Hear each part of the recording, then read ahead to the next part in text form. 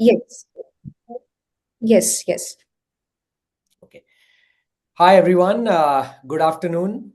Thank you so much for joining us today. My name is Rahul Lakhani. I represent ID5 here today. We are Asia's leading trust stack, and we're very happy to be here today. And thank you for taking the time out for discussing a very important topic that we think is very relevant in the times today. So what I would be doing today is just starting with a little bit of context setting, and then I will give you a quick introduction of our esteemed panelists here for our webinar. So we all know who we are sort of talking to today, and then we'll get to some interesting set of questions and some Q&A and some topics that we would like to discuss, which hopefully will leave all of you with something of great value that you can take away from today. So that would be roughly the flow that we'll follow. And if you have any technical trouble, put it in the chat. Our team is on standby. They will guide you. So feel free to do that. So let's get started. So the topic that we're taking up today, it's basically what we feel is there's so much going on in the data privacy space today in India. There's so many boardroom conversations. There are so many industry events happening. Everyone's talking about the law, right? Everyone's talking about DPDP. Everyone's talking about what's going to happen with the Data Privacy Act coming in, when every company needs to comply, and how will our lives change, both from a consumer perspective, business perspective, employees, vendors, suppliers, risk teams, internal teams, external vendors. Like, there's all the different stakeholders are going to be impacted in a big way. So we are talking about the law. We are talking about what needs to change with this law coming in.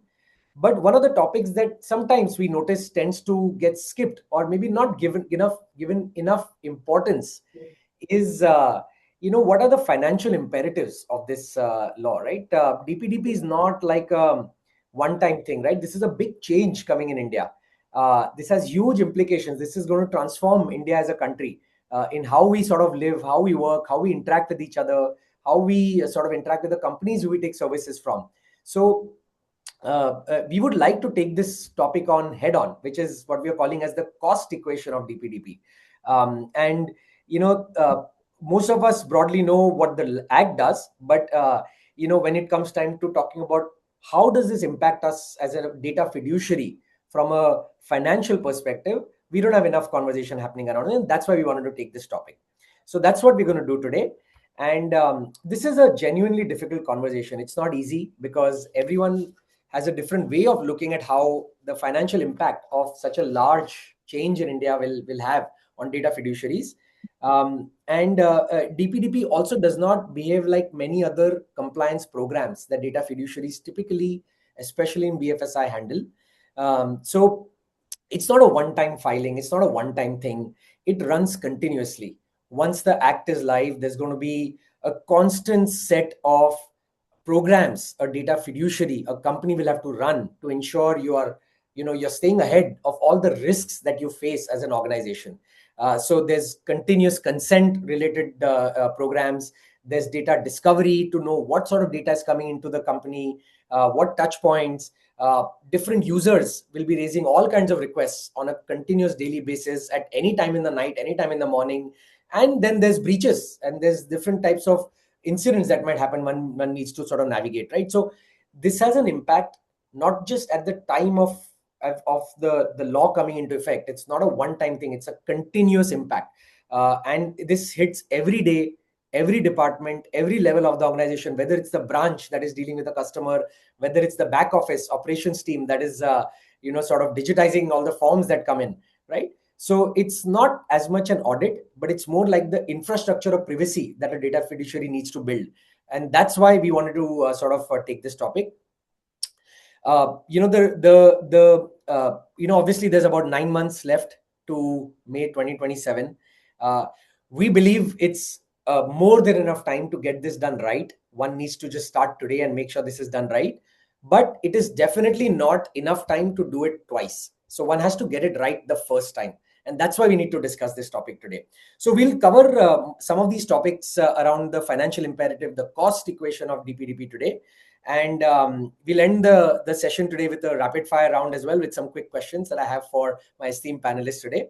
Now, with that intro and with that context, I want to do a quick introduction and bring in our esteemed panelists. So, to take us through this today, I have two visionary leaders of our industry who, in many ways, come from different sides of the table.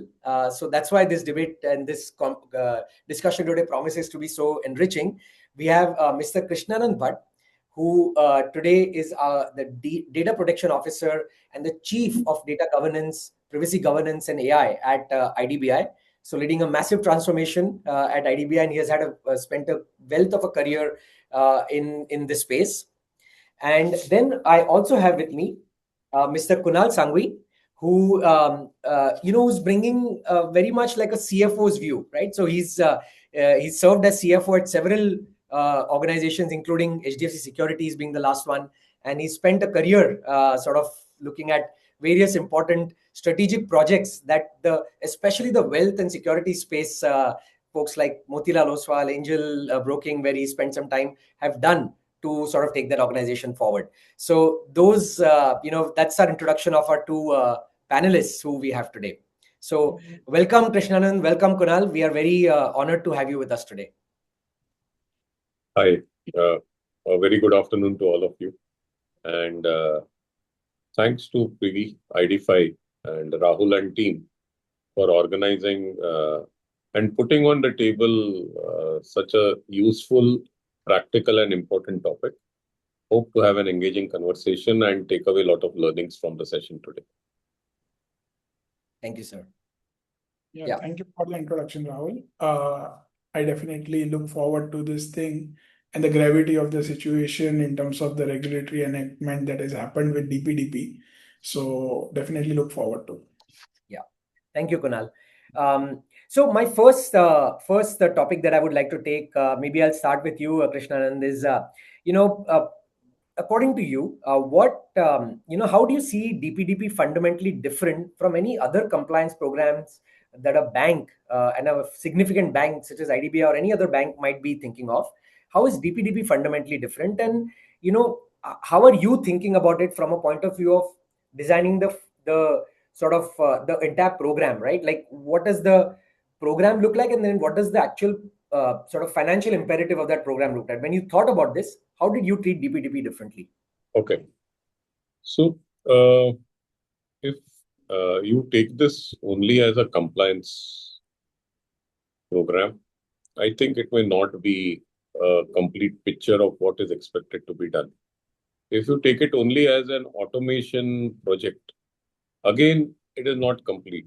So if you look at the pyramid of compliance, we take inspiration from people, process, technology. So here also you need enablement of people, you need enablement of process, and definitely technology becomes the underlying enabler which will drive this entire compliance journey. But each of these components are equally important and relevant. Further, we all lived in an era of CIA, confidentiality, integrity, availability. So the Act does speak about technical and security safeguards. But that is one aspect. Technology as an enabler with data security, posture management solutions, DLP, etc., will act as a layer for that kind of protection. However, for maintaining my compliance posture, there is a more deep dive enablement required from a different type of technology, where I have my compliance done through consent management lifecycle, data principal rights management, data protection impact assessments, record of processing activities. This needs to be regularly updated. Every time there's a process change, I need to update this across an application stack, which is also dynamic. And the nature of compliance is also dynamic. It is not static. So it is not a point-in-time compliance. It is a compliance that I need to be ready at every moment of my waking life. Or I could say even after hours. Because personal data breach can happen at any point of time. And it's not necessarily a technology breach. It could be a process breach. It could be a human error that could lead to a breach, knowing and unknowing. So all of these parameters fundamentally build into the entire paradigm of building a compliance by design program, which will cover people, it will have process, it has technology as an enabler, but at the same time, it is a law. So there is a legal nuances also that we need to take care of. And to add to it, today we also have the complexity of AI coming into play. So now I also may need to see how I enable my privacy by design in a manner that personal data governance also extends and flows to the way in which I use AI. So I think fundamentally, this is going to be a very big ask for most of the organizations. 9 months may be good to start, but I think it's a journey that will take several years to actually mature. And fundamentally, we are also trying to bridge the gap between CIA to the privacy triad of disassociability, linkability, and maintainability. So I think bridging these two gaps and putting in place a compliance program with technology as an enabler and people and processes re-engineered, the task ahead of us is a humongous one. And an 18-page legislation is only a directional document. We cannot consider it as something where there's nothing much to do. There is too much to do because it is directional and it is at a very high level. But the layers which go into enabling this compliance, I think, is too much. So you need to plan your journey. You need to plan it properly. You need to have the right technology partner. And you don't have a second chance because the penalties which are kept as deterrents are extremely high. And a lot of us are in the anticipation that the date may be postponed. I don't anticipate that such a thing will again happen at the government's level. They will not be postponing the date and we will need to be ready. So for organizations who have already started, they need to accelerate their journey. And for organizations who have not yet started, I think it's time you pull up your socks and start sprinting. So the time for walking and understanding is over. It's the time to sprint. Back to you, Rahul. Yeah, thank you. That was very interesting. And two things that really struck me from what you said. One is we have two major shifts happening if at a bare minimum, right? There's AI coming in a big way, which is changing the entire posture of or the landscape of your risk surface. And at the same time, DPDP compliance in general, right? So it's adding a lot of complexity and how you're navigating that. So thank you for that, Krishnan. Kunal, over to you. I have something I'm really keen on hearing from you on is, so we believe that privacy or data privacy is very much at the foundation of what's happening today in terms of AI, security, enterprise risk, right? Maybe we've not as a country thought about privacy so seriously as everyone today is waking up to say, look, underlying everything we are doing today, there is data. And hence there is a privacy imperative underlying all of this, right? So with RBI increasingly focusing on data governance, as you know, quality and risk, right? How should CFOs think about investing in the broader foundation of privacy, right? How do you, when you look at privacy as a charter, how should the CFO's lens be on privacy as a charter for data fiduciary that is navigating these times? Thank you, Rahul. I strongly believe in one thing, that in this age of AI, what is most important for organizations is how does an organization navigate from data pain to data gain, so to say. And then it is very important that organizations get into data competitive advantage. If organizations lag behind in terms of usage of data, there'll be large implications in terms of how do they grow independent of DPDP, so to say. So keeping aside compliance for 5 minutes, and we try and look at the larger spectrum, what we all know is the enterprise security, the AI consumption of an organization data is so strong and so sensitive in nature Within organizations itself, when it comes to RBI or SEBI or any other regulator for that matter, it becomes even more stringent. And then therefore, what one of the practice most of the organizations has alluded to is how basically they restrict access of data or any other document outside the organization, and therefore most of the organizations may have disabled AI, frontier AI models like Claude or ChatGPT to their employees or other people. As a result, a large infrastructure of movement of organization and a transition from a non-AI organization to an AI organization or becoming so-called AI native is also lacking. Now, all this resides because of a simple fact that the organization actually haven't learned how to manage data and more importantly, privacy within data. Organizations are still comfortable trying to give summarized data to a certain extent, but still they are very much wary. And then this is where privacy comes into picture.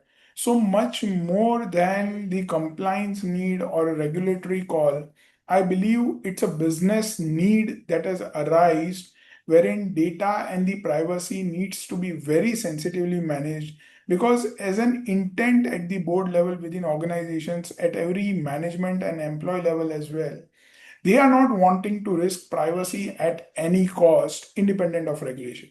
Now on top of this we have a regulation that is coming which is actually welcoming in nature because that's giving a framework, a guidance, an industry initiative, and people like you all and everybody working together to try and carve out a path as to how the privacy can be addressed and still AI can be leveraged and business can grow. So, building that foundation layer of data, keeping privacy and trust in mind, actually enhances security to a large extent, gives conviction to people in terms of how they can actually utilize and leverage on AI and go to the next extent altogether in terms of an organization growth. See, think of it this way that RBI not only takes care of regulations related to NBFCs or banking, so to say, or FEMA regulations, but they also make sure that the organizations that adhere to this, they fall within the ambit of RBI, fairly adhere to all the compliances, and DPDP being one of the critical compliances, it becomes very important for data. And then there is this whole issue of having the sovereign data and then having the compute, etc., and data not going outside the country, which only enhances the sensitivity around it. And therefore, think of this more as an infrastructure line item, which is building you, which is helping you to grow and magnify and try and be present so that your business teams can work very comfortably rather than seeing this as a compliance, which is one more tick box or a check box, so to say.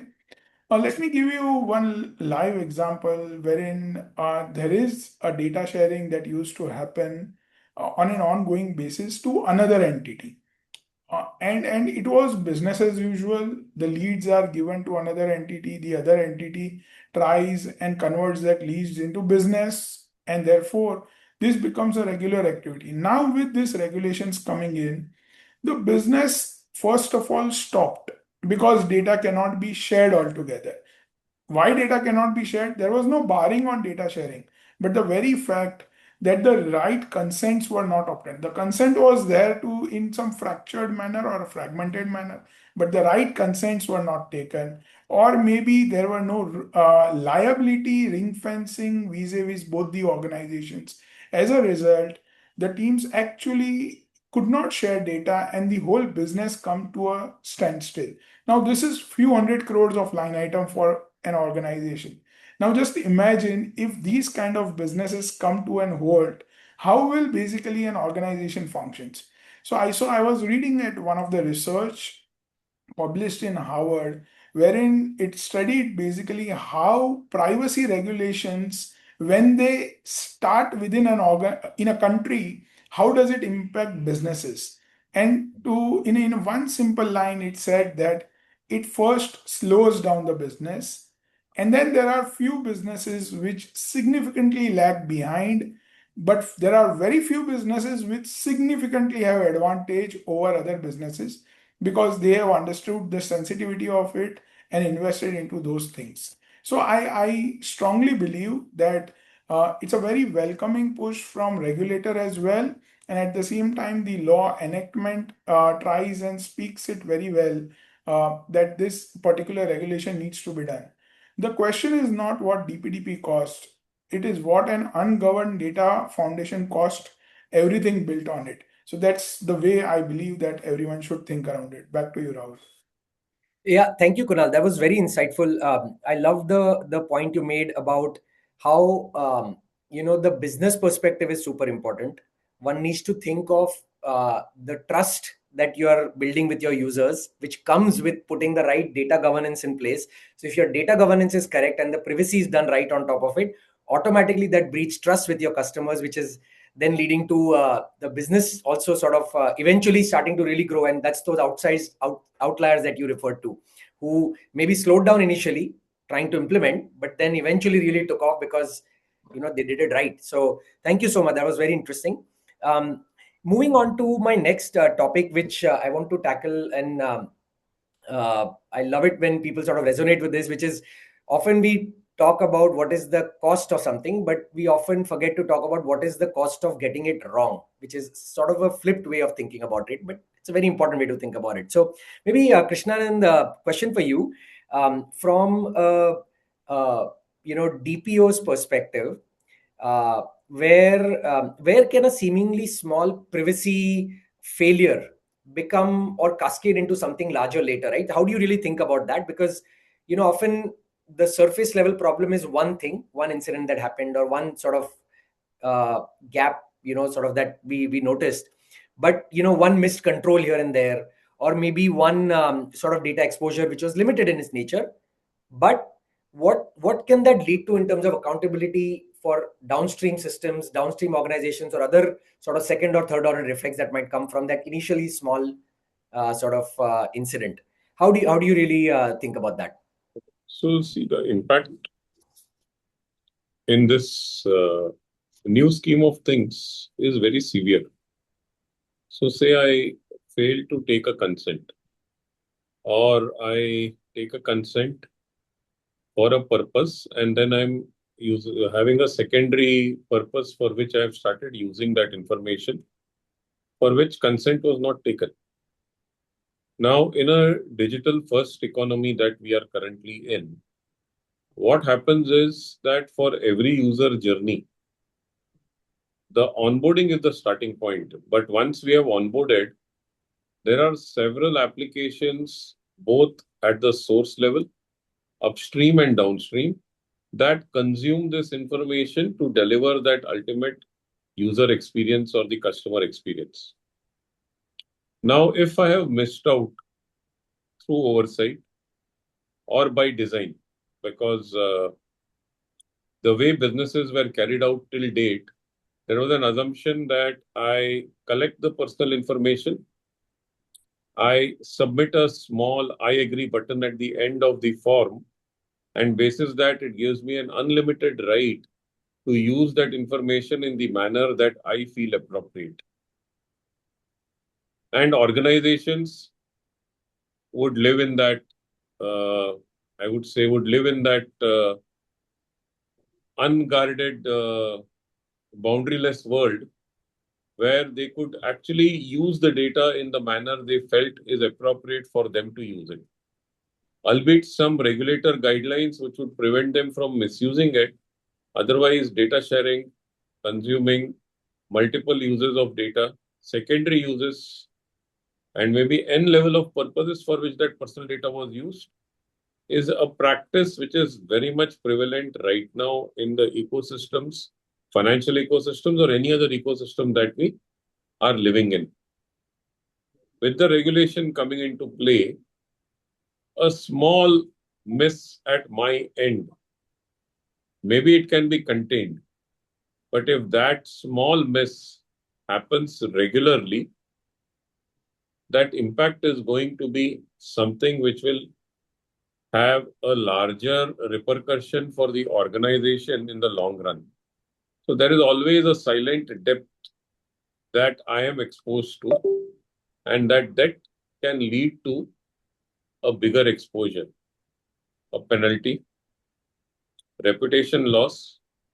And the way privacy compliance needs to be looked at by organizations is that it is not a cost for complying. It's a journey of rebuilding trust and providing that comfort to individuals that the information that they have shared with us is something which we consider as sacrosanct, and we'll do everything in our control to ensure that it is neither misused nor it is used for ancillary purposes that may cause unnecessary trouble, harm, or even disturbance to them. So, if you look at the entire scheme of things, a lot of noise is made around consent. But what people don't realize is that this regulation is not about consent. This regulation is about protecting personal information that you collect in a transparent manner and limiting its usage for non-relevant purposes. Being transparent about it, collecting information and using it for the purpose, and every time you would like to have a secondary use, bring about that information and communication to the person and let the individual make a choice. Individuals make choices only when they trust you. The very concept of this regulation, which defines data principal and data fiduciary, sits on the underlying that data principal is the owner of his personal data and he provides it out of trust to a data fiduciary. So fiduciary is an individual who takes a responsibility to protect that information and use it for the purposes for which it was shared. Now, I could have control lapses where I may provide accesses which are way beyond a person's role in the organization. That could be a control lapse. But I could have process lapses also. A standard practice is usually in the sales organization is collecting personal data, creating a file on WhatsApp and sharing it across the ecosystem. And then a friend of friend, a very close trusted friend also gets access to the same customer information file. And suddenly that individual customer finds that he engaged with an organization X, but he is getting calls, invitations, offers from every organization under the sun. And somewhere along the way, he feels cheated. So this silent debt that keeps accumulating of distrust carries a cost. And that cost hits an organization in the long run. So cost of compliance, cost of building a paradigm for trust does not necessarily mean you're spending money towards compliance. It is actually you're making an investment to build a journey of enabling trust, goodwill, and ensuring that you're able to capitalize on it. I think that is the cost equation that organizations should look at. So they should not consider this like a tick in the box compliance. They should take it as an investment of building trust, enabling transparency, and bringing back that confidence in individuals who are having a relationship with your organization and who contribute to the revenues of the organization. Thank you very much. That was very insightful, and I fully resonate with that. It's so easy to count the cost of something that's in front of us in an Excel. It's very hard to sort of quantify what is the real cost when I breach my users' trust. How many years do I keep paying that cost, right? And then that's really what I think you are alluding to as the journey of trust that you're building with your users, and what's the real cost of that. So thank you. That was very useful. Kunal, over to you. So from a CFO's lens, what do you look at as, or how do you account for getting this wrong, right? Like, what do you look at if you have to build an equation out of all of this, saying, look, if we get this right, it's X, but if we get it wrong, it's Y. How do you really think about that? Which is obviously there are certain fines and so on, which are more tangible. We know if we get it wrong, this will happen. But like Krishnanand also mentioned, the entire sort of downstream effects and the loss of trust and so on, and maybe there's some other implications around this which you may be looking at, right? So I'm very curious to see if you had to build that Excel of what is the cost of getting it wrong, right? Especially in the world where one risk often shows up and in other areas which are not even predicted in other forms, right? Uh, how do you really figure that out? How do you model that?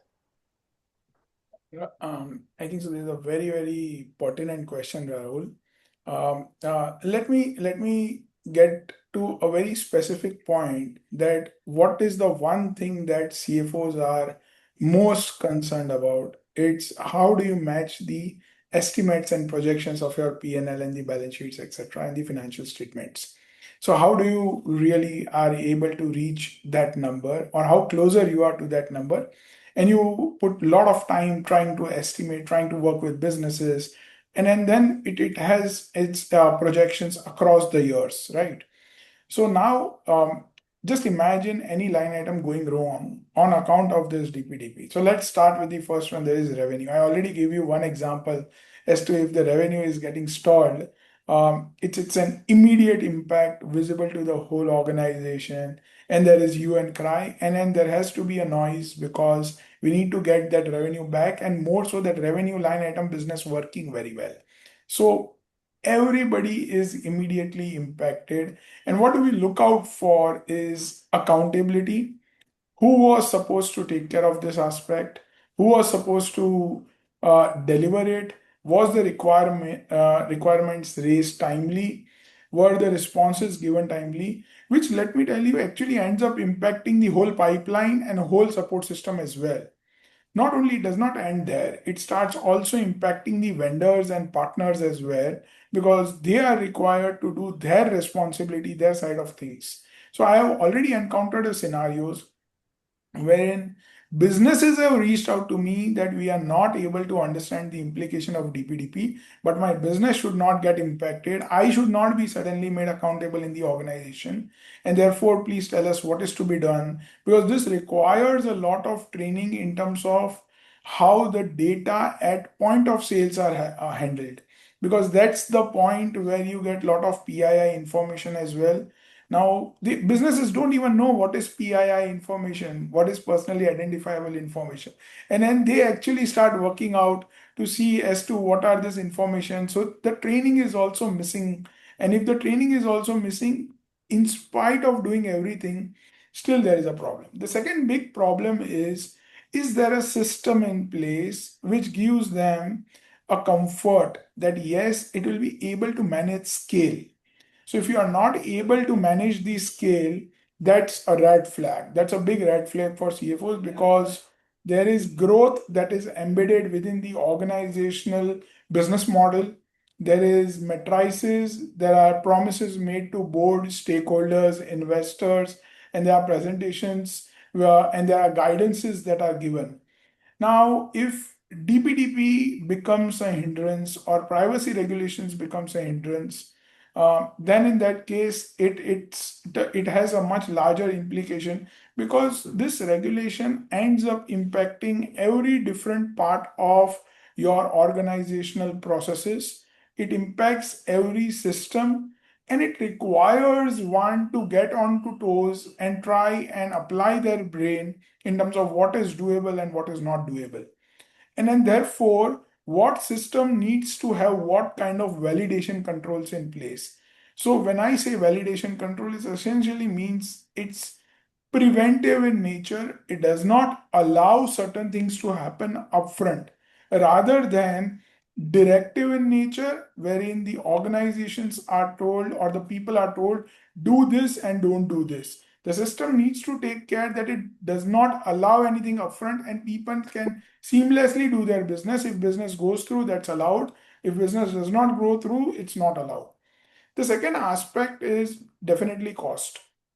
So when it comes to cost, there are budgets within the organization, as we all know, there are projects, and at the same time, every business unit has their own initiatives which are budgeted in different way. Now, if the DPDP cost is not factored in, it will come as a surprise later. And at the same time, it will come as an urgent surprise, which means the vendors and the support teams will give a much accelerated cost because they have to arrange everything at last minute.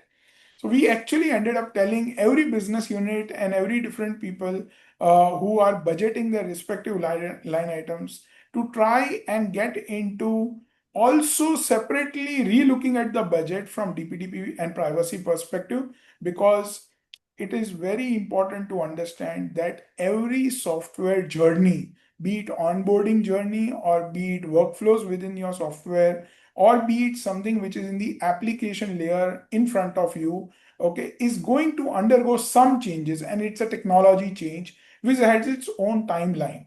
So somewhere data is required to be anonymized, somewhere it is required to be masked, somewhere it is required to be tokenized and encrypted, because a lot of data in transit calls for these kind of regulations to be followed as well.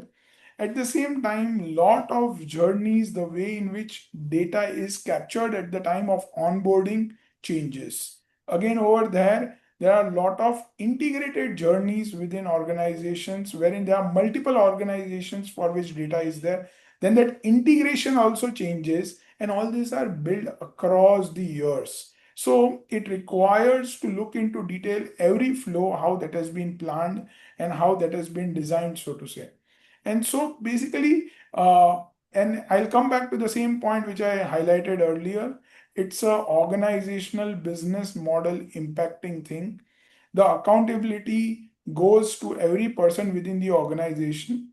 And if an organization is not fulfilled, the people are not able to fulfill the commitments, or rest assured fulfilling the commitments, if they are not able to foresee the implications, they will lag behind significantly, and they will not be able to try and grow their business, and will get into an unnecessary activity which essentially is going to hamper a lot.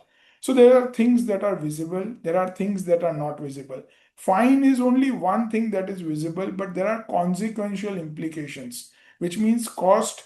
Beyond that cost means certain activity not happening, then certain few other things also not happening within the organization. At the same time, the worst thing to happen within an organization is inadvertently doing a breach, because that will just make a news line item the very next day everywhere, and that will call for a very high reputational damage. What will happen with this reputational damage? We all know. Your partners don't want to work with you, your customers don't want to work with you. Everybody is now skeptical as to what is happening to their data. Are they right people to manage this particular data? Let me tell you, reputational damage is something we are very worried, independent of privacy regulations or DPDP. But this DPDP and privacy regulations call for reputational damage.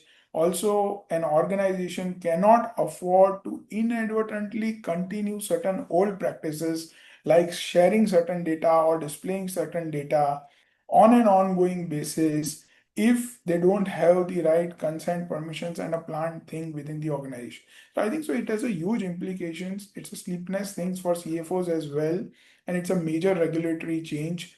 Besides revenue cost and getting the P&L right, we are all answerable to our stakeholders, and at the same time we have our reputations to manage as well. And therefore a right system which gives confidence even at the board level is very important to try and make sure that not only it works well, but is able to instill the confidence required at all levels. Thank you, Kunal. That was very useful. And maybe I'll just stick with you for one more, and if you'll indulge me on this. So you spoke about all the different spokes of this wheel, right? There's the business angle where there's revenue from each business line, and then how each business is thinking about factoring in their own DPDP cost. Then there is investors to manage, there's employees to manage, there's vendors, third party, there's stakeholders who the organization is answerable to. be it end users or be it investors or even on the back end, right? So if you had to, and we also know that no organization has unlimited budgets to say, look, we'll do everything right on day one, right? We'll just spend everywhere we need to be perfect.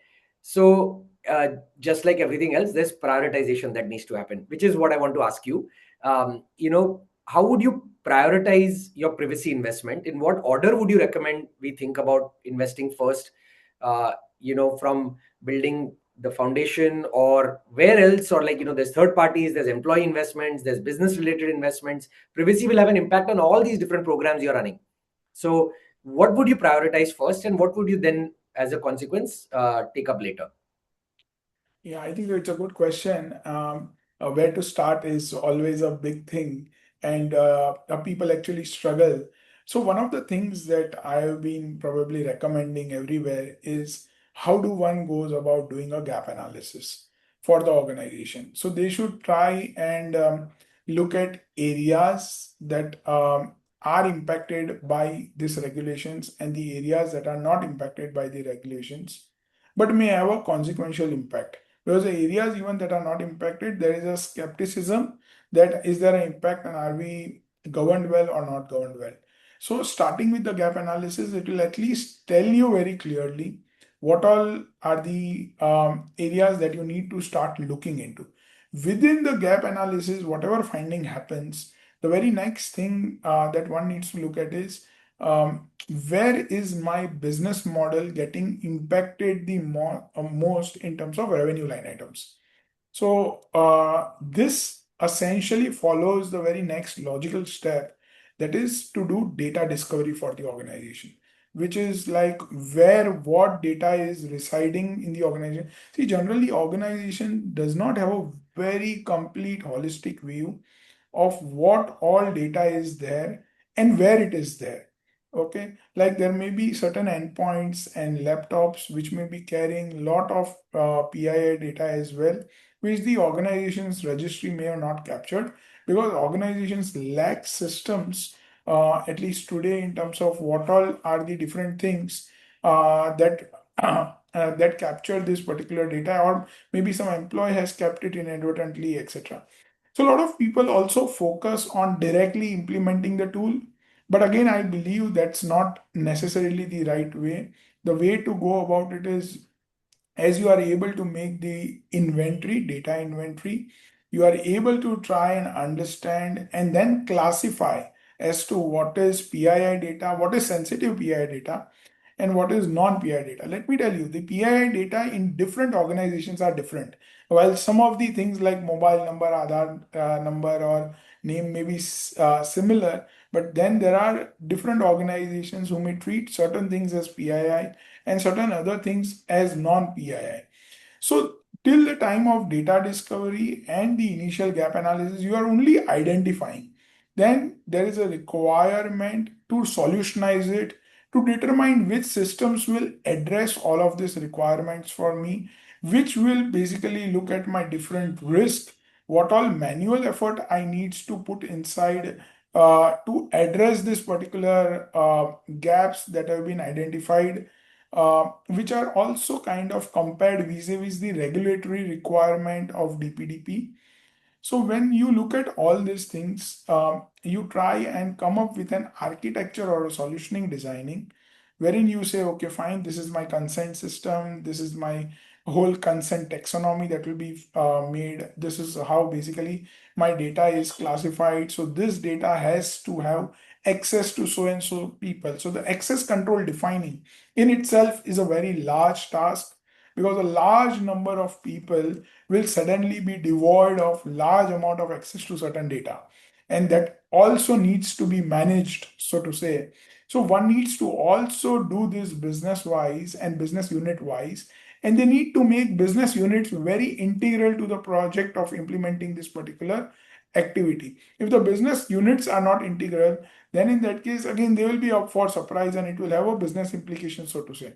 So that is something that needs to be also looked at, and it has to be seen as an ongoing compliance. Let's understand that it goes beyond organizations. We need to look at what is vendor risk, what is third-party risk, because when a vendor is essentially managing certain aspects of the organizations, be it outsourcing or be it he's supporting certain applications or certain processing activity, again the whole processing data processor angle comes into picture.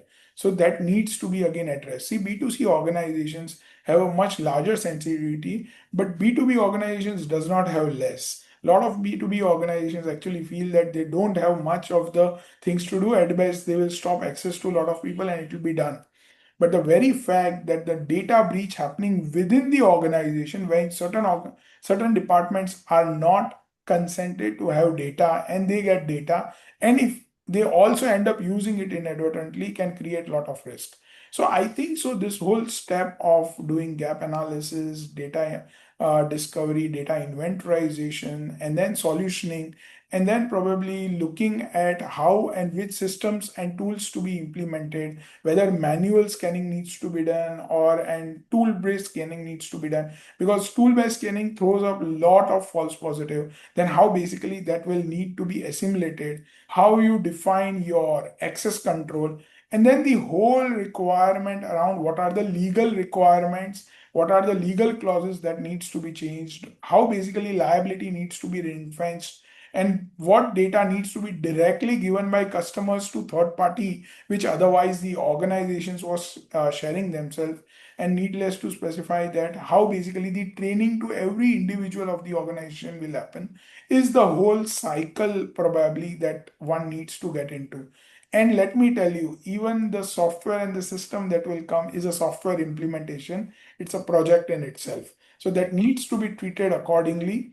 And lot of organization also think of that, okay, this is something we'll do later. Business is more important right now. My suggestion to all those organizations would be that why don't you try and probably set up 2 3 people and let them start looking at it while you are busy yourself as management, and maybe you come up the curve at certain point in time, because this has really large implications.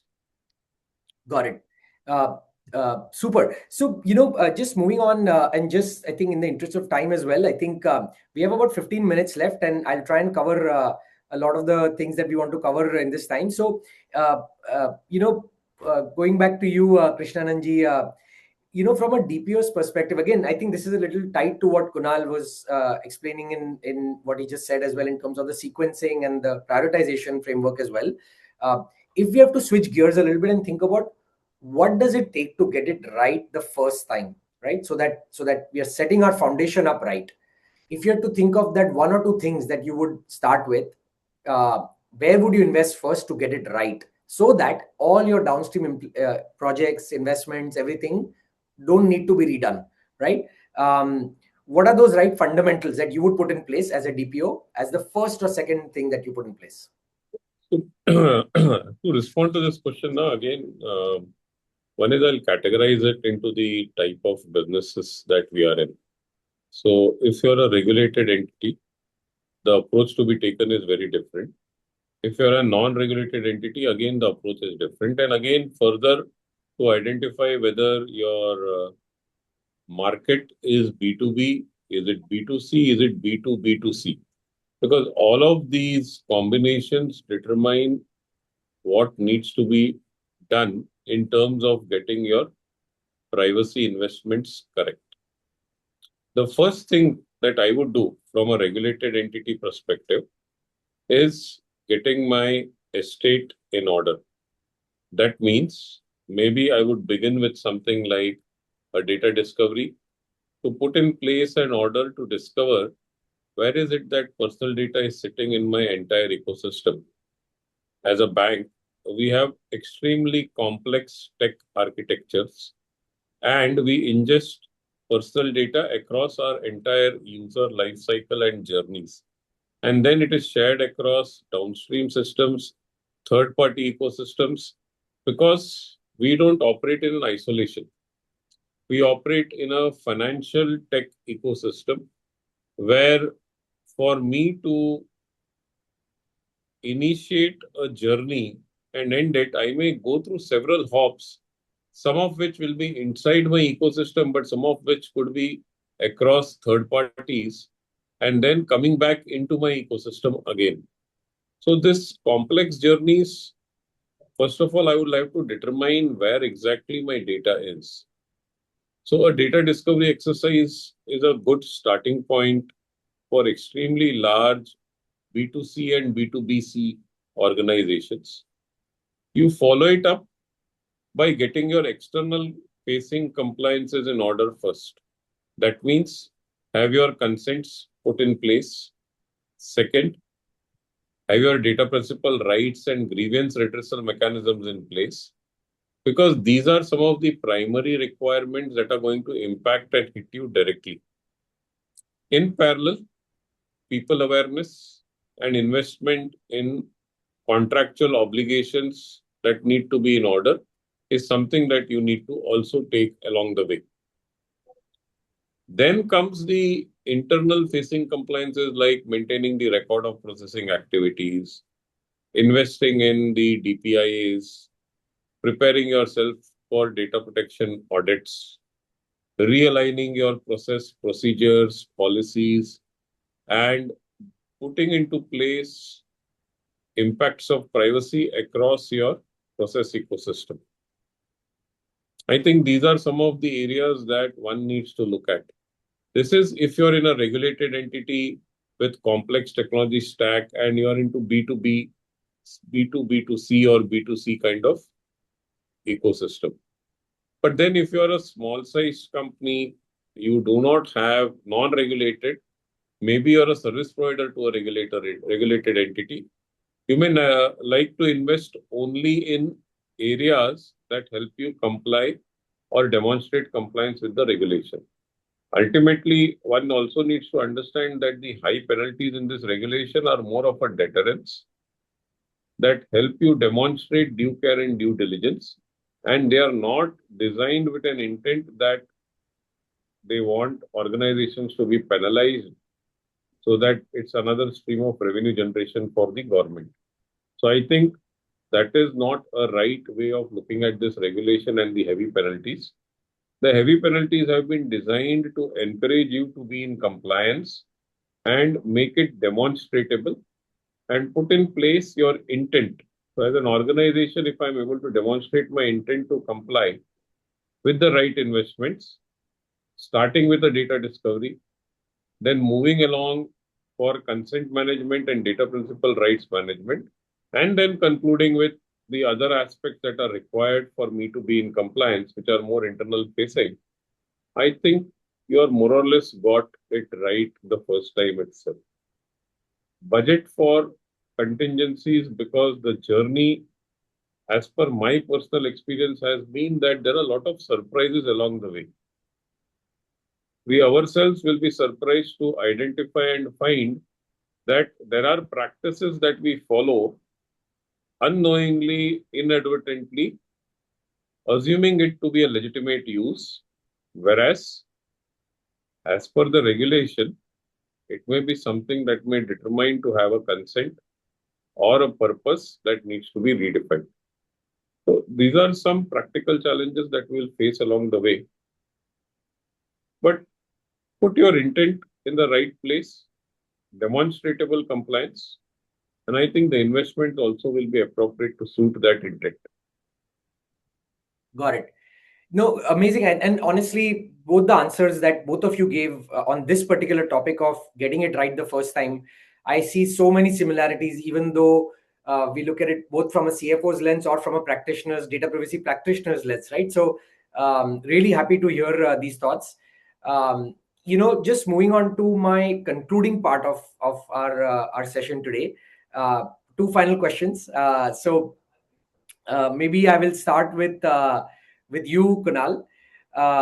If I look at the world post 2027 May, right, when the act is live and it's applicable and it's real, right, everything that we are sort of working towards, right? How would you, if you're a CFO in that world, who spend the time like you suggested to actually build the program right, to get the model right, to think about the TCO from the right angle, to get it right the first time, to make the right investments, versus you're another organization and you're the CFO of the organization who maybe looked at it in a little bit of a different sense as a traditional compliance program, and you invested but did not really count the total cost, and you are now going back and doing some rework. How do these worlds differ? Like, what does the first CFO's world look like versus the second one? If you had to sort of draw some differences between the two. So Rahul, I have seen both the worlds in different organizations and also in the same organization with different set of people or department. Okay, and it's has its own pluses and minuses in both the cases.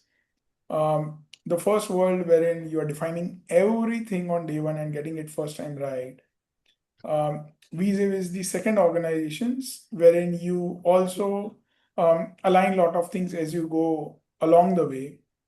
One of the very important thing is how agile you are as an organization and how your budgets are agile as well. So if you are in a large organization, it is actually difficult to every time explain why there is a scope creep, because you find something new and therefore getting it first time right definitely always help. Getting a proper TCO in place, looking at different aspects of the implementation, the impact, and creating a solution to every aspect, and definitely helps. But then that has some longer lead times as well to define at the initial phase. We are still at a time wherein we can still go that route, vis-a-vis going an ad hoc route, which is the second one. When you will have to be agile even if you are not agile, and then trying to do a lot of things. The second aspect also gets you into a scenario wherein you stretch a lot of things, because you have to leave your work, literally leave your work, and go behind every small thing to make sure it is included and teams are following it, because it's not properly planned. It's not factored into different aspects of the organization. Now, think of a scenario wherein the budgets are into few hundred crores. You are having large teams across different specializations, and these teams are required to dynamically adjust to an ever changing need, which are thrown up as a surprise in the organization, just to make sure that the privacy regulations are well implemented and settled and there is no business implications. Okay, let me tell you, it's a chaos. It's a big chaos and it can have impact on people. There'll be huge burnout. It will have impact on revenue.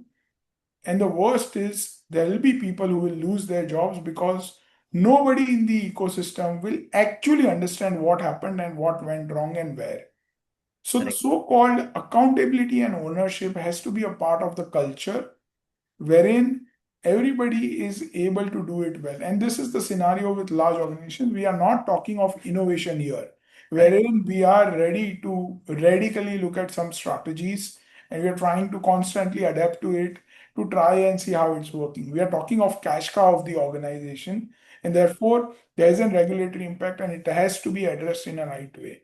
So I strongly believe that the first approach is something is the most desired, but also if the organizations are not able to get into that scenario, they should make sure that with respect to the core activities of the organization, which is handling PII data in the business processes to start with, has to very well manage the overall thing, very well defined, including involving business, doing proper benchmarking, and getting the right experts and systems in place so that they don't have to revisit that aspect of scheme of things. Got it. I think we have the last question for you, Krishnanand.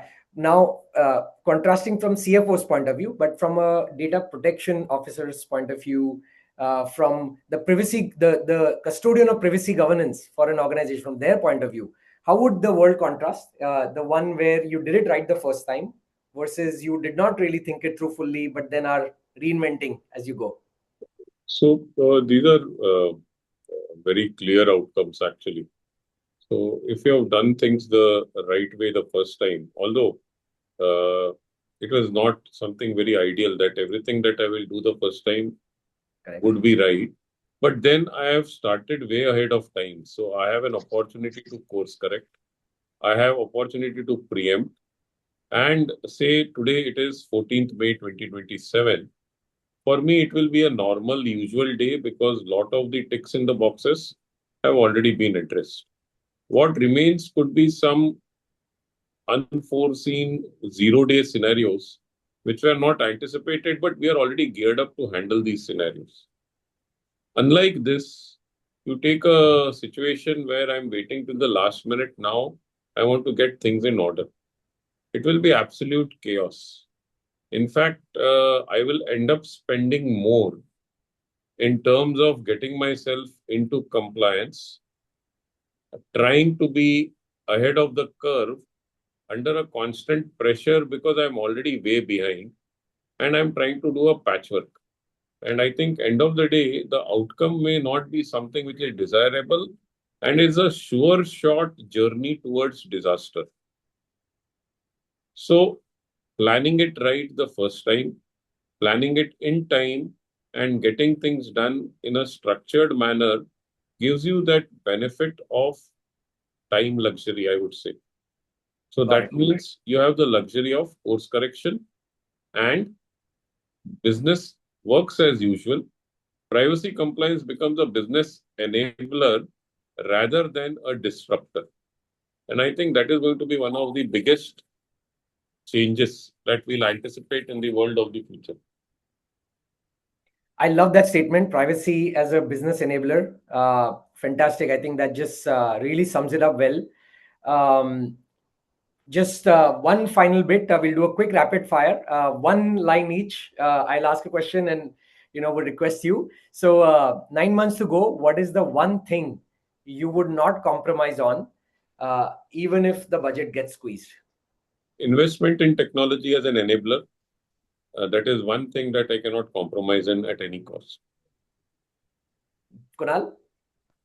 Now, we should have a consent system, and a consent system should be linked to a centralized access control system, which does a real-time change in consents anywhere happening vis-a-vis applications and data, so that there is no inadvertent compromise.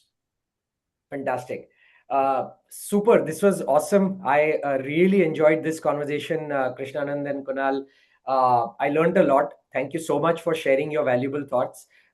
We looked at the same cost equation from multiple angles today. We looked at what does it mean to get it right the first time? What does it mean? What is the true cost of getting it wrong, right? Like what's the apparent cost that's visible to you and what's the real cost, which is hidden often? What's like there's 10% visible above the surface and there's 90% below that we often tend to miss. So we explored from those angles and I really appreciate you sharing your thoughts today. So with that, I would like to conclude our webinar and our discussion and our panel today. Thank you so much for giving us your time and sharing your valuable thoughts. Thank you. Thank you, Team ID5. All the best to all of us. Yeah. And thank you for all the audience. Yes. Thank you, Kunal. Thank you, Krishnan. Yeah. Thank you. Bye.